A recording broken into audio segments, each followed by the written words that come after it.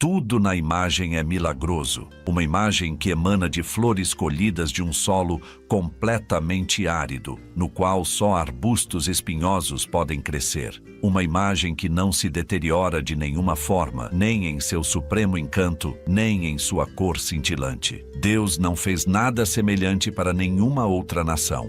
Essa é a declaração do Papa Bento XIV, em 1754, falando sobre o manto milagroso de Nossa Senhora de Guadalupe. Esse manto, conhecido também como poncho ou tilma, é a roupa que o índio João Diego usava no ano de 1531 no México, quando a Virgem Maria apareceu a ele. No vídeo de hoje, nós mostraremos os principais milagres e estudos científicos relacionados a essa tilma, que traz a imagem de Nossa Senhora de Guadalupe. As descobertas feitas na peça são impressionantes e têm deixado os cientistas perplexos. Neste canal, temos ainda um vídeo com o relato completo das aparições e mensagens de Nossa Senhora a São João Diego. Recomendamos que assistam quando terminarem este vídeo. De qualquer forma, vamos explicar brevemente o que aconteceu. Assim, todos ficam na mesma página.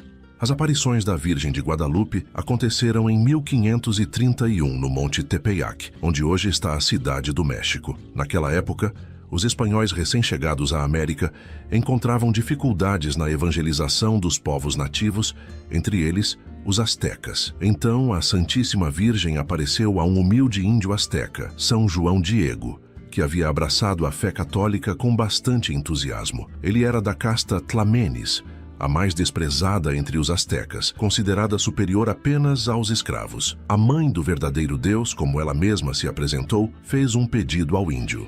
Desejo vivamente que aqui me seja construído um templo.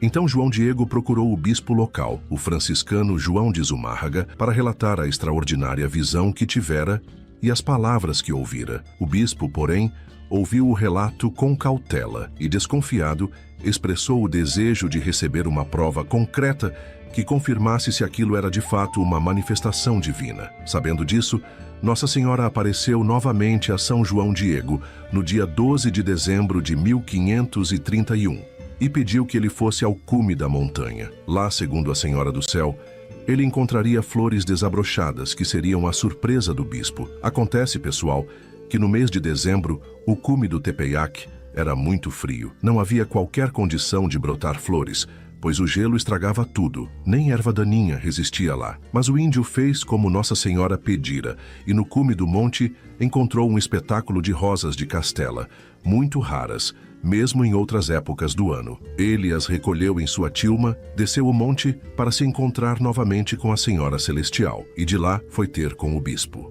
Diante do prelado, João Diego então estende a sua roupa e deixa cair as belas e perfumadas rosas. Porém, o mais espantoso não eram aquelas belas rosas, e sim a imagem da Santíssima Virgem, que aparece impressa na tilma de João Diego, assim como ela estava durante as aparições: rosto manso, mãos em oração, com a túnica rosada, o manto azul esverdeado e dois grandes olhos brilhantes que pareciam vivos. O bispo então acredita em São João Diego, chora de arrependimento e ordena a imediata construção da capela. Uma curiosidade importante que não sei se mencionei no outro vídeo: quando a Mãe de Deus se apresentou a João Diego, entre outros termos, ela usou o nome Santa Maria Tecuatlaxopel, que na língua asteca quer dizer aquela que esmaga a serpente. Isso é relevante tanto pela referência bíblica que evoca, quanto pela influência que teve na conversão dos índios da região, pois ofereciam sacrifícios a deuses pagãos, incluindo uma serpente.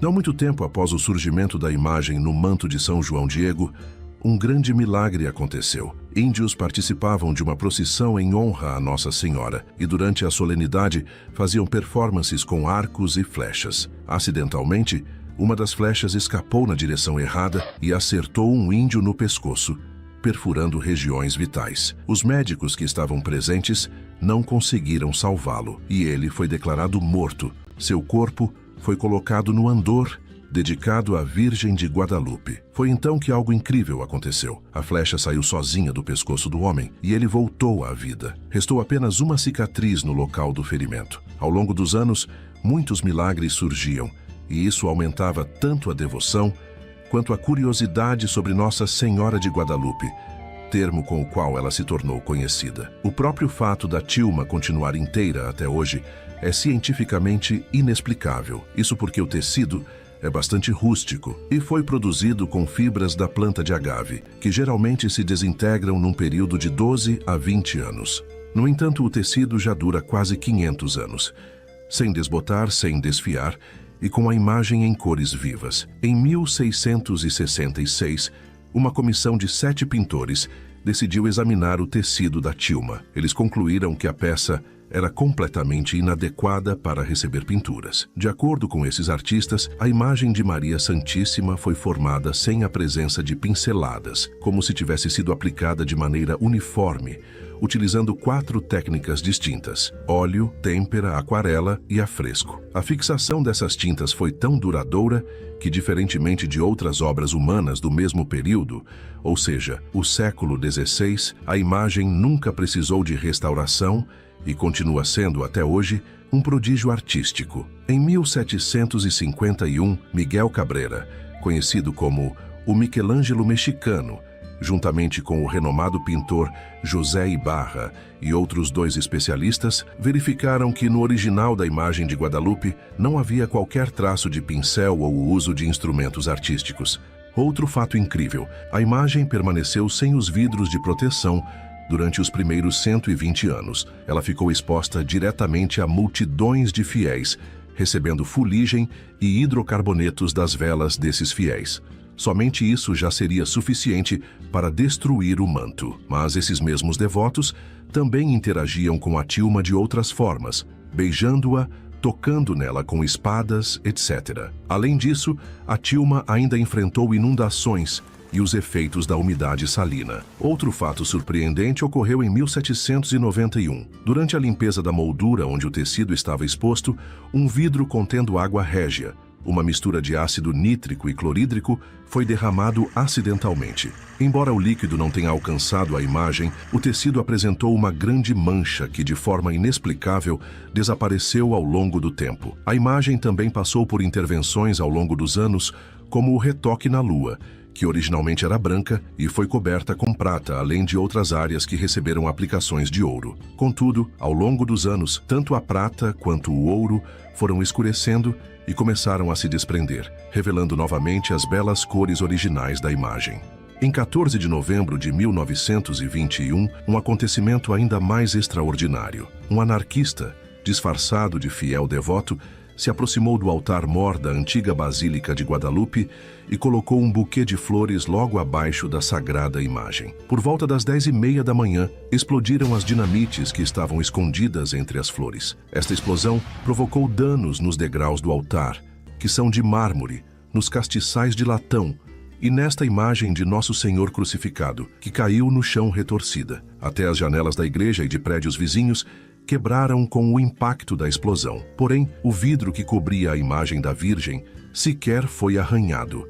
No século XX, a tilma passou por análises detalhadas, conduzidas por cientistas que lançaram mão dos instrumentos e técnicas mais avançados da época. Entre os especialistas envolvidos, destaca-se o renomado químico alemão Richard Kuhn, vencedor do Prêmio Nobel de Química em 1938, e em 1949. Junto com sua equipe, Kuhn extraiu 2 longas fibras do tecido, uma da região rosada e outra da área amarelada. O resultado de suas análises foi surpreendente. Em ambas as fibras, não há vestígios de corantes vegetais, animais ou minerais. Além disso, não poderiam ser corantes sintéticos, pois esses eram desconhecidos em 1531. Em resumo, a imagem não contém corantes e, por consequência, não é uma pintura. No ano de 1979, novos estudos foram conduzidos pelos cientistas Jody Brand Smith, professor no Pensacola College, e Philip Serna Callahan, biofísico da Universidade da Flórida, ambos membros da equipe científica da NASA. Eles realizaram um extenso estudo da imagem de Guadalupe, fotografando-a sem o cristal protetor, com uma variedade de técnicas, filmes normais, infravermelhos e especiais. Ao todo, capturaram 40 imagens em infravermelho e 60 fotografias para análise computacional. Com o suporte de uma ampla equipe, dedicaram mais de 2 anos ao projeto, culminando em um relatório abrangente sobre a tilma e seus mistérios. Os norte-americanos não identificaram qualquer vestígio de pintura na tilma. Surpreendentemente, nem mesmo verniz foi aplicado para preservar a imagem ao longo dos séculos. Além disso, não encontraram traços de esboço ou evidência de técnicas de pintura convencionais. Com o auxílio de análises em infravermelho, foi possível observar cada fio de cabelo da figura, incluindo detalhes delicados como as sobrancelhas. A conclusão dos pesquisadores foi impressionante. Apesar da ausência de qualquer recobrimento protetor,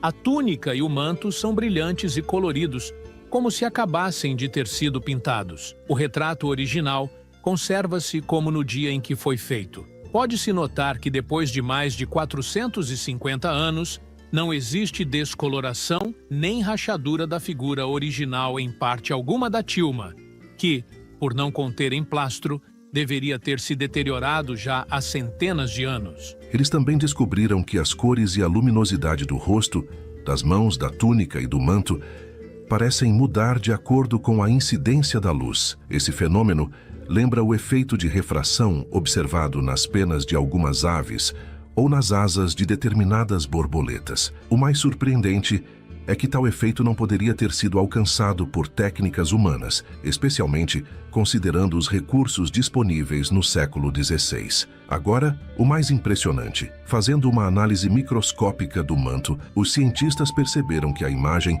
está separada do tecido 0,3 de milímetro, ou seja, a imagem está flutuando, não está impressa. Acredito que neste momento você já deve estar espantado e talvez maravilhado com tudo o que encontraram na tilma de João Diego. Mas preste atenção agora, pois reservamos as descobertas mais fantásticas para o final. Nos olhos da imagem da Virgem de Guadalupe, esconde-se um enigma que tem fascinado cientistas, oftalmologistas e estudiosos de diversas áreas. A primeira pista desse mistério veio em 1929, quando Alfonso González, fotógrafo oficial da Basílica de Guadalupe, examinava negativos fotográficos da tilma. Ele percebeu que havia uma figura humana nos olhos de Nossa Senhora. Porém, devido ao contexto de perseguição religiosa que a Igreja mexicana enfrentava na época, em plena Guerra Cristeira, as autoridades eclesiásticas preferiram não divulgar ao público. Somente em 1951, a curiosidade foi reacendida. José Carlos Salinas, desenhista e fotógrafo, redescobriu a mesma figura nos olhos da imagem. O arcebispo Dom Luiz Martínez nomeou uma comissão de especialistas para verificar a descoberta. Com ampliações superiores a 25 vezes, a figura tornou-se clara o suficiente para ser identificada. Tratava-se da figura de um homem em atitude pensativa, segurando a barba com a mão direita. A descoberta foi levada a público pela primeira vez em 1955, numa emissão radiofônica. O fato chamou a atenção do mundo, e 20 ilustres oftalmologistas examinaram os olhos da Virgem usando aparelhos especializados. Em 1956, o Dr. Raphael Lavoisier dedicou 8 meses ao estudo da tilma e fez uma constatação extraordinária. A figura observada nas pupilas da Virgem reflete o fenômeno conhecido como tripla imagem de Purkinje-Samson, algo característico de olhos humanos vivos. Esse efeito consiste em 3 reflexos distintos. O primeiro aparece na superfície da córnea, o segundo em uma área mais profunda, na superfície anterior do cristalino, e o terceiro, invertido, é visto na superfície posterior do cristalino. Além disso, a distorção das imagens segue de forma precisa a curvatura natural da córnea, como ocorre em um olhar vivo. Os cientistas, ao examinarem a tripla imagem com tanto detalhe e precisão, não conseguiam esconder a emoção. Observar as imagens em cores, em relevo e perfeitamente posicionadas nos locais corretos os deixou profundamente impressionados. Eles se questionavam como seria possível que alguém conseguisse criar uma representação anatômica tão impecável e em uma escala tão microscópica. Anos mais tarde, o cientista José Tonsman ainda foi além. Especialista em processamento de imagens, realizou uma análise digital detalhada, ampliando os olhos da Virgem 2.500 vezes. Ele identificou não apenas o homem com a mão na barba, mas também outras 12 figuras. Um índio ajoelhado que remete à descrição de São João Diego, além de um frade franciscano que provavelmente corresponde ao bispo Dom Zumárraga. Há ainda um outro homem com barba, jovem, que acreditam ser o intérprete de Dom Zumárraga. Ao fundo distinguem-se outras figuras, entre elas uma mulher negra e uma família de indígenas. Tudo conforme os registros históricos da época do milagre. A imagem do bispo Zumárraga nos olhos de Nossa Senhora também foi ampliada digitalmente em 1000 vezes, para permitir a visualização do que está refletido em seus olhos. No olho do bispo, encontra-se a imagem de João Diego abrindo a tilma diante dele. Sabe o tamanho dessa imagem? 1/4 de micron, ou seja, 1/4 de 1/1000º de milímetro. Como se não bastasse, uma análise feita em 1991 identificou uma rede microscópica de veias e circulação arterial nas pálpebras e na córnea de Nossa Senhora. Os especialistas chegaram a uma conclusão óbvia: nenhum ser humano seria capaz de reproduzir tais detalhes microscópicos com tamanha precisão. Surpreendente, não é? Pois há mais. A temperatura do rosto e das mãos na imagem permanece constante, como a de um corpo humano vivo. Seja inverno ou verão, ela mantém-se entre 36,6 e 37 graus, um detalhe que chocou os estudiosos, especialmente os céticos.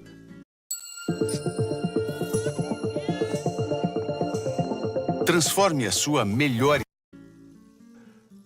Meus amigos, faltam até palavras para expressar o quão rico e fascinante é o objeto deste vídeo. Deus é mesmo onipotente, mas alguns de vocês talvez estejam se perguntando sobre os símbolos presentes na imagem. Qual seria o significado dos elementos? Por que a Virgem Maria está com essa postura? O que significa essa maneira de vestir e os elementos na roupa dela? Qual o significado das cores e objetos no desenho? É exatamente disso que vamos falar nesta última parte do nosso documentário. A imagem de Nossa Senhora de Guadalupe está cheia de símbolos e mensagens importantes. Cada detalhe foi feito de um jeito que os povos indígenas da época pudessem entender, como se fossem desenhos que contassem uma história. Nossa Senhora tem o cabelo solto com uma divisão ao meio, que assim usavam as indígenas virgens, já que as casadas o usavam com 2 tranças. Seu rosto não é espanhol, nem indígena, mas mestiço, de uma jovem ao redor dos 16 anos. Indica a fusão de 2 raças, europeus e nativos. Entre os indígenas, olhar de frente era ofensa. Por isso, ela não nos olha de frente, mas com a cabeça inclinada, como que dizendo-nos que não está contra nós, e sim que nos ama. Há 3 sóis representados na imagem. O primeiro sol, invisível na imagem, é cósmico, lançando luz no lado esquerdo da Virgem e criando uma sombra. Os raios dourados do segundo sol, atrás dela, significam que ela é a Mãe da Luz e maior que o Deus Sol Azteca, que era a divindade primeira daquele povo. O terceiro sol está representado pela flor de 4 pétalas em sua túnica, próxima do ventre, indicando que ela está prestes a dar à luz o Sol Todo-Poderoso. Com as mãos juntas, a Virgem está em constante oração. Porém, os povos indígenas expressavam oração não apenas com as mãos, mas com o corpo inteiro. Na imagem, Nossa Senhora aparece em uma posição de oração dançante, com o joelho dobrado em movimento. A fita preta na cintura, amarrada com um nó, indica que ela é uma mulher nobre e está grávida. Para os astecas, as extremidades da fita, em forma de trapézio, simbolizam o fim de um ciclo de tempo e o nascimento de uma nova era. Ao redor do pescoço, Maria usa um medalhão dourado gravado com uma cruz. A cruz é idêntica à das bandeiras e armaduras dos espanhóis, indicando que a religião dela era a mesma que a dos conquistadores. O azul do manto adornado com 46 estrelas representa o céu. Incrivelmente, as estrelas do manto estão na mesma posição em que estava o firmamento em 12 de dezembro de 1531, segundo programas computacionais. O tom azul esverdeado do manto é o mesmo usado pela realeza asteca. Por isso, ela é considerada pelos astecas como uma rainha, já que apenas o imperador usa essa cor. Na língua dos astecas, México significa centro da lua, e a meia-lua é ao mesmo tempo símbolo da segunda maior divindade asteca, o deus da serpente emplumada. Assim, a representação da Virgem Maria sobre a lua é simultaneamente a localização geográfica e a alusão de que ela é superior ao deus azteca. Aliás, o nome Guadalupe provém de um erro de compreensão auditiva da palavra Coatlaxopeu, que significa vencedora da serpente. Na cultura local, a lua também era símbolo de fertilidade. A túnica é de cor roxo rosado e representaria a terra. Contém figuras em cor de ouro, que é o metal divino. Também contém 9 arranjos com flores, que podem significar os 9 povos que saem de Aztlán para fundar a grande Tenochtitlan. O único jasmim de 4 pétalas na túnica de Maria aparece sobre seu ventre. Essa flor está associada a um dos mais elevados símbolos religiosos dos astecas, que indica o divino e o centro cósmico do universo. Representa as 4 estações e os 4 pontos cardeais. A localização estratégica da flor sobre o ventre é conhecida pelos astecas como Nahui Olin, traduzido como Flor do Sol, representando também a maternidade da Virgem. Esta imagem comunica aos astecas que ela é a mãe do verdadeiro Deus Sol, que é o autor e doador da vida. Na imagem, a Virgem está cercada por nuvens, indicando que ela vem do céu. Os indígenas saudavam aqueles que acreditavam vir de Deus com a expressão entre névoas e entre nuvens. Muito bem, depois de tudo isso, podemos então perguntar: quem fez a imagem de Nossa Senhora de Guadalupe? Com tantos argumentos, provas e milagres, concluímos que só há uma resposta. É o próprio Deus, o autor da sagrada imagem. Se você concorda,